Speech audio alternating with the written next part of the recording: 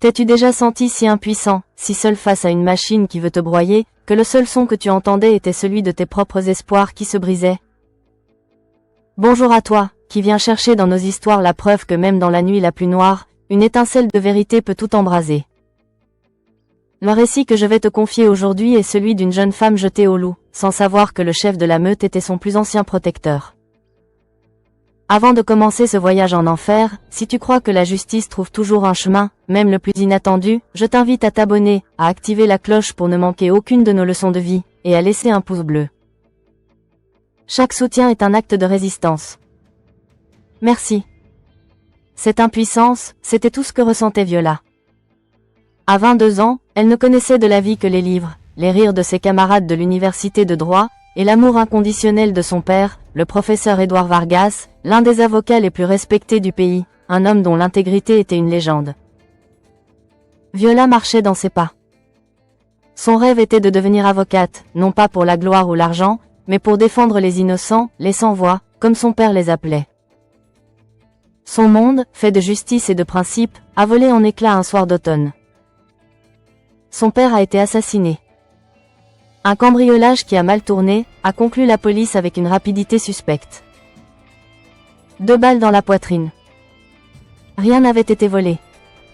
Le dossier a été classé en moins de 48 heures. Viola était anéantie, mais au milieu de son chagrin, une graine de doute a commencé à germer. Son père n'était pas un homme à se laisser faire. Et il travaillait sur une affaire. Une affaire énorme, dont il ne lui avait parlé qu'à mots couverts. Une affaire de corruption qui impliquait les plus hautes sphères de la politique et des affaires, et un nom qui revenait sans cesse, Ricardo Montoya. Ricardo Montoya était un promoteur immobilier aux dents longues, un homme qui avait bâti un empire sur les ruines de la loi. Il était l'ami intime du procureur général, un homme puissant et corrompu nommé Felipe Rios.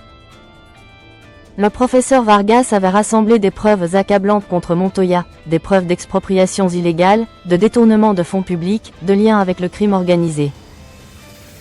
Il s'apprêtait à tout révéler. Et il a été réduit au silence. Viola, au lieu de se laisser consumer par le chagrin, a fait la seule chose qu'une fille comme elle pouvait faire. Elle a repris le combat de son père. Dans le plus grand secret, elle a fouillé son bureau, son ordinateur. Elle a trouvé le dossier caché. Un dossier explosif, contenant des noms, des dates, des numéros de compte en Suisse. Elle a compris que la police ne l'aiderait jamais. Elle a contacté le seul journaliste d'investigation encore assez courageux pour s'attaquer à de tels requins, un homme nommé Matteo. Mais Montoya et le procureur Rios n'étaient pas des idiots. Ils l'ont surveillé. Ils ont vu le danger. Et ils ont décidé de l'éliminer. Pas en la tuant. Non. C'était trop salissant. Ils ont décidé de la détruire, de la discréditer, de l'enterrer vivante. Une nuit, la police a fait irruption dans son petit appartement. Ils l'ont accusée de trafic de drogue. Ils ont trouvé un sachet de cocaïne caché dans un de ses livres de droit. Une mise en scène grotesque. Elle a hurlé son innocence, mais personne ne l'écoutait. Au poste de police, elle n'a pas eu droit à un avocat. Elle a été interrogée, intimidée, menacée. Et puis, le procureur Rios est apparu en personne. Il s'est assis en face d'elle, un sourire carnassier aux lèvres. « Viola, Viola » a-t-il dit d'une voix mielleuse. « Ton père était un homme obstiné. Un idéaliste. Tu vois où ça l'a mené. Tu es en train de faire la même erreur. Donne-moi le dossier. Le vrai. Et toute cette mascarade s'arrête. Tu rentres chez toi, et on oublie tout. » Jamais, a-t-elle craché, son regard plein de haine. Le sourire de Rios a disparu. Comme tu voudras. Mais sache que la vie en prison peut être très désagréable. Surtout pour une jolie fille comme toi. Il a passé un ordre. Et c'est là que le véritable cauchemar a commencé. 2 gardes l'ont saisie. Ils ne l'ont pas conduite vers les quartiers des femmes. Viola s'est rendu compte avec horreur qu'il la menait dans le couloir d'une prison pour hommes. La prison la plus dure du pays. Un endroit où les criminels les plus endurcis étaient enfermés. Où m'emmenez-vous ? a-t-elle crié, se débattant. Silence, a grogné l'un des gardes en la poussant brutalement. Ils se sont arrêtés devant une cellule, la numéro 33. La porte en acier s'est ouverte dans un grincement sinistre. À l'intérieur, dans la pénombre, elle a vu des ombres. Des silhouettes massives, des visages marqués par la violence, des regards prédateurs. Entrez, a ordonné le garde. Puis, il s'est adressé aux détenus, sa voix résonnant dans le couloir. Les gars, on a une nouvelle pensionnaire. Un cadeau du procureur. Il a dit que vous pouviez vous amuser un peu avec elle. Mais pas trop. Il la veut vivante pour son procès. Et la porte s'est refermée derrière elle, avec le bruit métallique et définitif d'un verrou qui se tire. La clé a tourné. Et elle était seule. Seule avec les monstres. Un silence est tombé dans la cellule. Un silence lourd de menaces. Les ombres se sont approchées. Elle pouvait sentir leur odeur, un mélange de sueur, de saleté et de désespoir. Elle a reculé jusqu'à toucher le mur froid du fond de la cellule. Elle a fermé les yeux, s'attendant au pire. Elle a pensé à son père. « Pardonne-moi, papa, j'ai échoué. » Puis, une voix s'est élevée. Une voix grave, rocailleuse, qui a semblé faire taire toutes les autres. « Laissez-la tranquille. » Viola a ouvert les yeux. L'homme qui avait parlé n'était pas le plus grand, mais il dégageait une autorité naturelle qui glaçait le sang. Son visage était un masque de cicatrices, son crâne était rasé, et ses yeux, d'un bleu glacial, semblaient pouvoir lire au fond de votre âme. C'était El Martillo, le marteau. La légende de la prison. Un homme condamné à perpétuité pour un double meurtre, le chef incontesté de l'aile la plus dangereuse. Personne ne lui désobéissait. Jamais. Il s'est approché d'elle. Lentement. Viola tremblait de tous ses membres. C'était donc lui, le chef des loups, qui allait la dévorer le premier. Il s'est arrêté juste devant elle. Il la regardait de haut en bas. Son regard n'était pas lubrique. Il était étrange. Curieux. Presque reconnaissant. Puis, ses yeux se sont posés sur le petit pendentif qu'elle portait au cou. Une petite balance de la justice en argent, un cadeau de son père pour sa première année de droit. Le visage de l'homme s'est transformé. Le masque de dureté s'est fissuré. Il a tendu sa main, non pas pour la frapper, mais pour toucher le pendentif. La balance, a-t-il murmuré, sa voix n'étant plus qu'un souffle rauque. Tu es sa fille? Tu es la fille du professeur Vargas? Viola était abasourdie. Comment cet homme, ce monstre, pouvait-il connaître son père? Elle a hoché la tête, incapable de parler. El Martillo s'est retourné vers les autres détenus, qui regardaient la scène, fascinés. Personne ne touche à cette fille, a-t-il ordonné, sa voix redevenue de l'acier. Elle est sous ma protection. Celui qui pose ne serait-ce qu'un doigt sur elle, je le tue de mes propres mains. C'est clair? Un murmure d'approbation a parcouru la cellule. La parole du marteau était la loi. Puis, il s'est retourné vers Viola. N'aie pas peur. Personne ne te fera de mal ici. Assieds-toi. Tu dois être épuisé. Il lui a indiqué une couchette vide dans un coin. Puis, il s'est assis en face d'elle. Et il a commencé à parler. Et l'histoire qu'il lui a racontée a changé sa vision du monde, de la justice et de son propre père.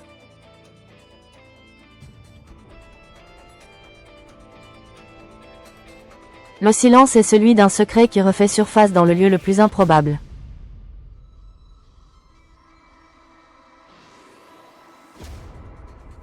Je fais une pause ici, au cœur de ce retournement de situation incroyable. Le monstre devient le protecteur. Pourquoi? Quel lien peut-il y avoir entre un criminel endurci et un avocat intègre? Dis-moi dans les commentaires quelle est ton hypothèse. Car la vérité est souvent bien plus complexe que les étiquettes de « gentil » et de « méchant ». Reprenons. Je ne m'appelle pas El Martillo, a commencé l'homme. Mon vrai nom est Diego. Il y a 20 ans, j'étais comme toi. Un gamin des rues, mais un gamin qui avait un rêve. Je voulais devenir boxeur. J'étais bon. très bon. Mais j'étais aussi pauvre. Et seul. Il a raconté comment il était tombé dans les griffes d'un petit gang local, dirigé par un jeune caïd ambitieux et sans pitié. Un certain Ricardo Montoya. Montoya l'utilisait comme homme de main, pour des intimidations, des coups de pression. Diego détestait ça, mais il n'avait pas le choix. Un soir, a continué Diego, sa voix se brisant presque, Montoya m'a ordonné de donner une leçon à un commerçant qui refusait de payer sa protection. Mais les choses ont mal tourné. Le commerçant a sorti une arme. Il y a eu une bagarre. 2 hommes sont morts. Le commerçant et son fils. Et Montoya, il a pris la fuite, en laissant l'arme du crime dans mes mains. Diego a été arrêté. Il a été accusé du double meurtre. Montoya, grâce à l'aide de son ami, le jeune et déjà corrompu procureur Felipe Rios, a témoigné contre lui. Il a produit de faux témoins. Diego a été condamné à la perpétuité. Il avait 20 ans. J'étais seul contre tous, a murmuré Diego. Personne ne voulait me défendre. J'étais un déchet de la société, un cas perdu d'avance. Sauf un homme. Un seul.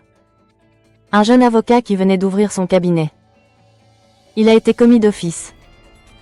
Il n'était pas obligé de se battre. Mais il l'a fait. Il a levé les yeux vers Viola. Ton père. Le professeur Vargas. Il a été mon avocat. Il a cru en mon innocence. Il s'est battu comme un lion pour moi. Il a trouvé des failles dans l'enquête, il a démonté les faux témoignages. Il a presque réussi. Mais Montoya et Rios étaient trop puissants. Ils ont menacé sa famille. Toi. Tu n'étais qu'un bébé. Pour te protéger, il a dû reculer. Diego a sorti de sous sa couchette une vieille boîte en métal.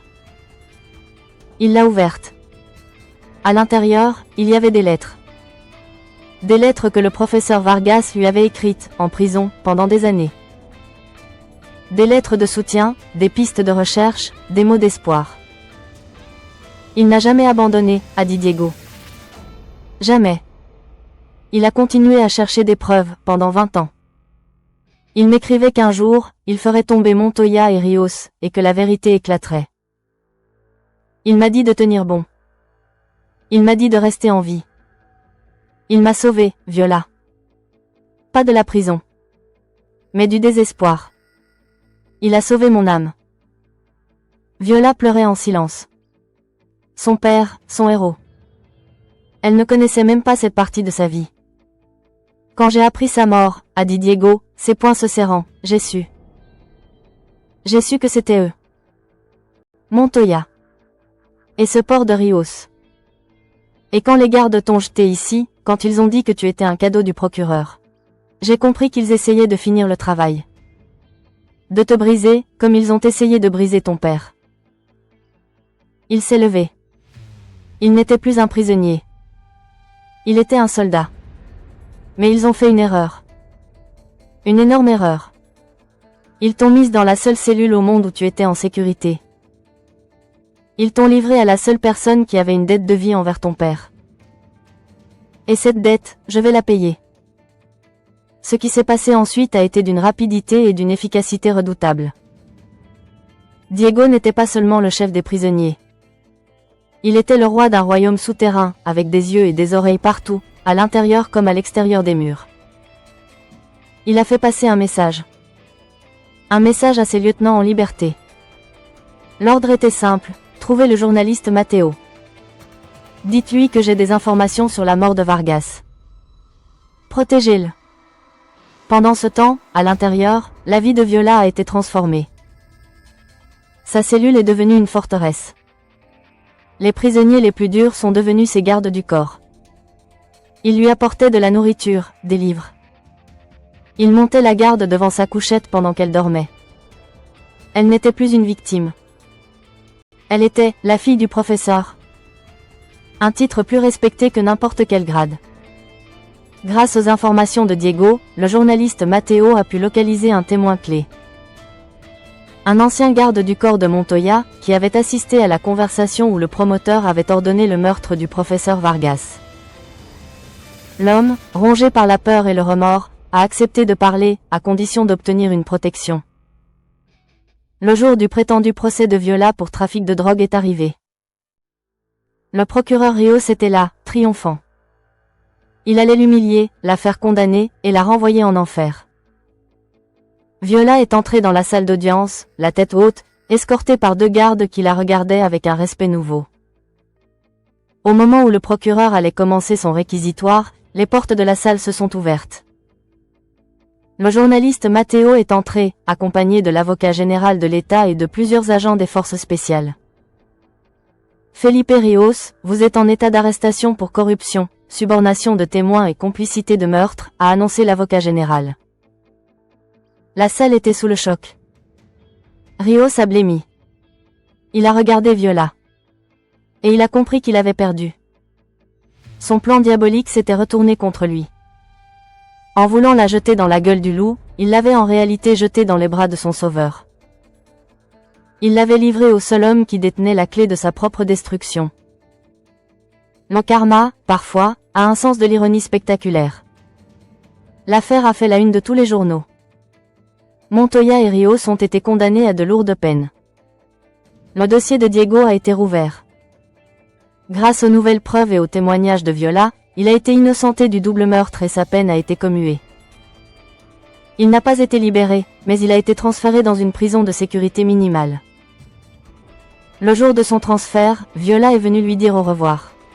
« Tu m'as sauvé la vie, Diego », a-t-elle dit, les larmes aux yeux.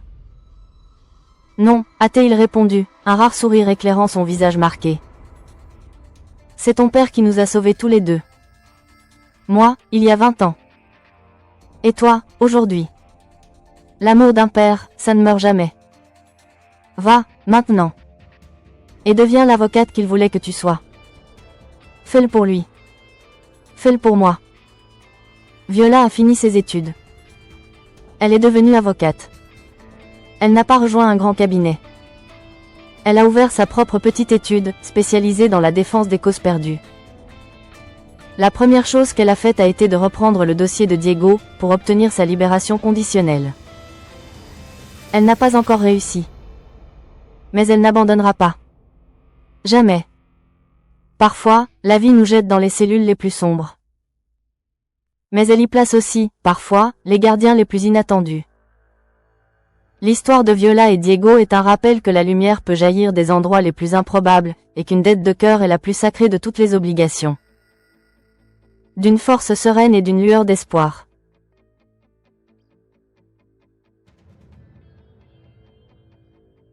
L'histoire de Viola est celle d'un voyage au bout de l'injustice. Mais c'est avant tout une histoire de loyauté et de rédemption. Elle nous rappelle que les graines de bonté que nous semons peuvent germer dans les terres les plus arides, et que la mémoire de nos actions, bonnes ou mauvaises, est bien plus longue que notre propre vie. Si ce récit de courage et de justice karmique t'a touché, si tu crois que même dans la pire des obscurités, il y a toujours un gardien de la lumière, alors rejoins la grande famille des histoires de vie. Abonne-toi pour que la sagesse de nos récits continue d'éclairer nos chemins. Active la cloche pour ne jamais manquer une leçon du destin. Et laisse un like pouce levé si tu penses que le professeur Vargas, depuis l'au-delà, a orchestré la plus belle des justices. Merci de ton écoute si attentive. Prends soin de toi, et n'oublie jamais qu'un acte de bonté, même s'il semble perdu, ne l'est jamais vraiment. Il attend juste son heure. À très bientôt. Abonne-toi maintenant. Merci. À bientôt.